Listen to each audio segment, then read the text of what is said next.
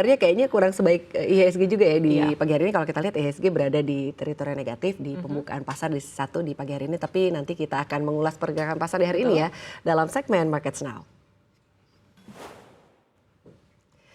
Dan pemirsa, langsung saja kita akan membahas terkait dengan bagaimana pergerakan dari pasar saham dan juga pasar keuangan kita di pagi hari ini di segmen Markets Now CNBC Indonesia. Dan saat ini telah hadir bersama kami Elvan Chandra Widyatama, FX Analis CNBC Indonesia Research. Mas Elvan, selamat pagi. Selamat pagi, Mas Mbak. Elvan. Baik, Mas Elvan mengamati pergerakan dari IHSG yang kalau kita lihat di pekan lalu pergerakannya sebetulnya boleh dikatakan cukup sumringah ya. Selama sepekan kita lihat kenaikan atau peningkatan dari IHSG berada di 0,96%, sementara untuk month to month-nya penguatannya berada di 3,54%. Tapi di pembukaan perdagangan di sesi 1 di pagi hari ini atau tadi ya beberapa waktu lalu, ini kita lihat IHSG berada di zona koreksi dengan pelemahan 0,39% begitu atau di 8.200-an.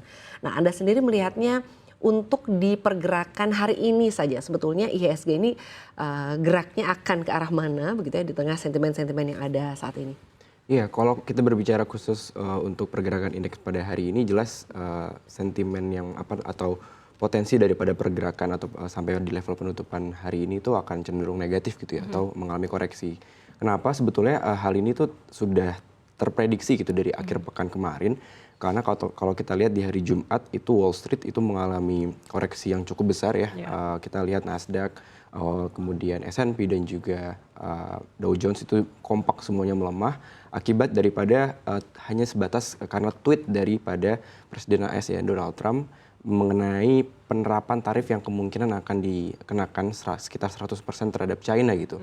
Pasca dari kalau Trump menyebutkan pembatasan ekspor kepada Amerika soal tanah jarang dari China, dan itu langsung mendapatkan respon negatif daripada pelaku pasar karena khawatir akan berlanjutnya eskalasi perang dagang, sehingga ya itu konsekuensinya pasar saham global khususnya di Amerika Serikat itu langsung ambruk. Dan dari hal itu saja sebetulnya sudah kita bisa lihat hari ini indeks kita pasti akan terkena. Dan juga memang kalau kita lihat di pasar Asia Pasifik juga, bursa Asia Pasifik juga mengalami hal yang sama ya, koreksi. Jadi ini lebih ke arah sentimen daripada global seperti itu. Jadi memang diperkuatnya oleh sentimen global gitu ya, didukung penurunan dari IHSG sendiri ini. Tapi kalau misalnya dari sentimen domestik bagaimana? Apakah ada yang memperkuat juga nih?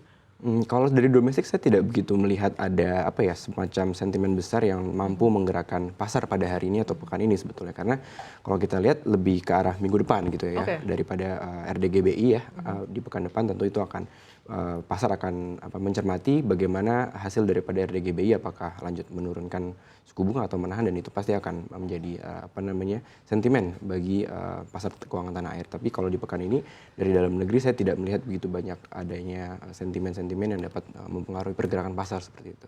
Baik, tadi Anda menyampaikan sebetulnya untuk dari domestik sendiri cukup minim sentimen begitu. Tapi ada yang menarik juga menjadi pembahasan bagi netizen adalah terkait dengan IHSG yang boleh dikatakan to the moon begitu ya di beberapa pekan ini.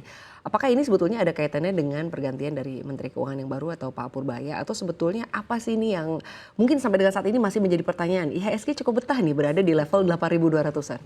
Betul, memang kalau kita lihat sejak pergantian Menteri Keuangan yang baru ya Pak Purbaya, pasar modal kita ini cukup sumringah gitu. Itu kan juga terlihat daripada respon atau ucapan-ucapan yang beliau katakan tentang bahwasannya IHSG kita to the moon, bahkan bisa menyentuh level 36.000. Itu kan sebuah hal yang sangat bullish gitu ya, dan itu pasti langsung mendapatkan respon yang cukup positif, dan itu terlihat daripada pergerakan indeks kita di beberapa waktu ini, palingnya di sebulanan terakhir ini ya sejak Purbaya dilantik.